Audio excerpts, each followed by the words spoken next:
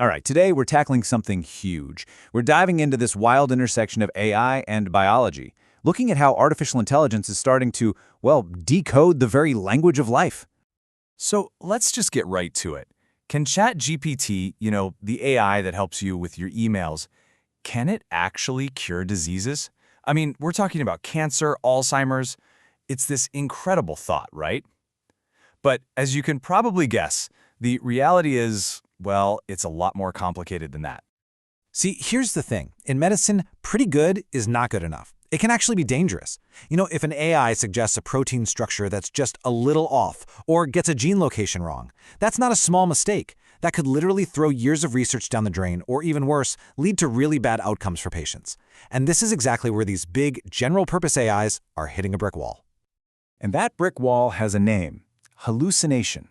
It's a weird word for it, but basically, the AI isn't lying to you. It just gets so good at recognizing patterns that it starts, well, making stuff up.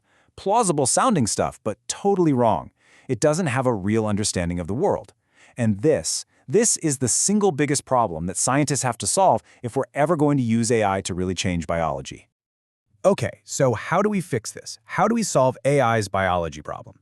Well, it turns out there are two really smart but totally different schools of thought on how to turn these AIs into partners we can actually trust. So let's look at solution number one, the specialist AI. The idea here is pretty straightforward. You take a general AI and you basically put it through grad school, a really, really intense PhD program. The goal isn't just to teach it biology, it's to make it a world-class expert in one tiny, super specific area. And this is a perfect example of what that looks like in practice. For a model called PRSGPT, researchers set up this absolutely brutal training pipeline.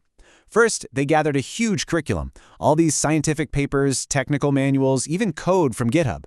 Then, get this, they used another AI to act like a professor, creating over 28,000 super-specific exam questions and answers based on all that data. After a third AI checked the answers for quality, they just drilled the main AI on this stuff for days on end. Talk about intensive training. And did all that work actually pay off? Oh yeah, 100%. Just look at these numbers. Before the fine-tuning, the model was, well, let's be honest, it wasn't great. Look at that blue force score, 0.05. But after, it jumps to 0.87. That's an 82 percentage point jump. To put that in perspective, that metric measures how close the AI's answer is to a human expert's answer. So this thing basically went from being a confused freshman to a full-blown expert in its field. So, what's the bottom line here? The specialist approach works. It really works. This specialized AI could go toe-to-toe with giants like Google Gemini on really hard tasks. And here's the kicker. It was actually better in some ways. It gave richer, more detailed answers. And this is absolutely critical for science. It cited its sources correctly. That's a huge deal. Okay, so that's one way to do it. But what about the other approach? Let's talk about solution two, the AI assistant. This is a completely different philosophy. Instead of making the AI memorize everything, you teach it how to find everything. You don't give it a PhD, you give it a toolbox and teach it how to use it. This whole approach is called an agentic framework, and what you're seeing here is a system called the Nano Bio Agent, or NBA.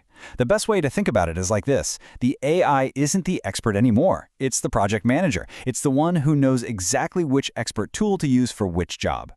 So how does this actually work? It's a pretty clever four-step process. First, when you ask a question, the AI just figures out what type of question it is. Is it about gene location, sequence alignment? Then, it pulls up a pre-made plan for how to answer that question. And here's the most important part. It goes and uses real, external, trusted tools, like the official NCBI genomics database, to get the data. It's not remembering anything, it's looking it up. Finally, it just cleans up that raw data and gives you a nice, readable answer. All right, so now we have our showdown. Bigger versus smarter. In one corner, we have the specialist AI, the one that memorized the entire textbook. In the other, the AI assistant, the one that knows how to use a search engine and a bunch of other tools. So, which one wins? This really gets at a core debate happening in AI right now. So does a bigger AI always mean a better AI? For a long time, the answer was just yes, duh. The bigger the model, the better the results. But is that still true? What happens when you give a smaller AI a much smarter strategy? Well, this graph pretty much says it all. That green line way up at the top, that's our smart AI assistant. Notice how its accuracy stays incredibly high even when the model itself gets really small? Now, look at the yellow and red lines. Those are the other approaches, the ones that rely on memory. The second the models get smaller, their performance just falls off a cliff. It's an absolute collapse.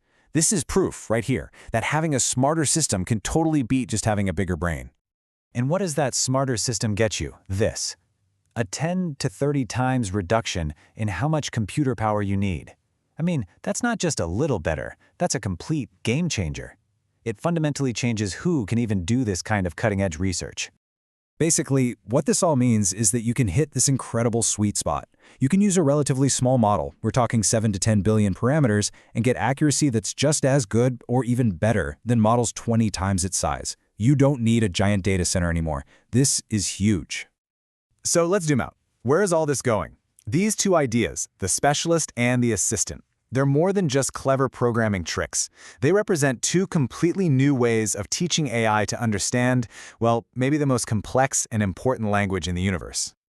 The Nobel laureate David Baker said it best. Proteins are the machinery of life, and understanding their language unlocks the secrets of biology. Think about that. Everything your body does, breathing, thinking, moving, it's all run by these tiny protein machines, and they're all built using a language we're just now starting to read. And the analogy to human language is almost perfect. In our language, the vocabulary is words. In the protein language, the vocabulary is a set of amino acids. Our words follow rules of grammar to make sentences. Well, amino acids follow the laws of physics and chemistry to fold into complex 3D shapes. And just like a sentence has a meaning, a protein's shape gives it its function, what it actually does in the body. For the first time, these new AIs are letting us become fluent in this language of life. And this is why this should matter to every single one of us. Because by making these AI tools not just powerful but also efficient and accessible, we're basically democratizing science. A researcher working in a small lab anywhere in the world can now have the kind of power that used to belong only to the biggest, richest institutions. So we started by asking if AI can cure diseases, but maybe that's not the right question anymore. The real question now seems to be, since we're finally teaching AI the language of life, what secrets is it going to help us discover next?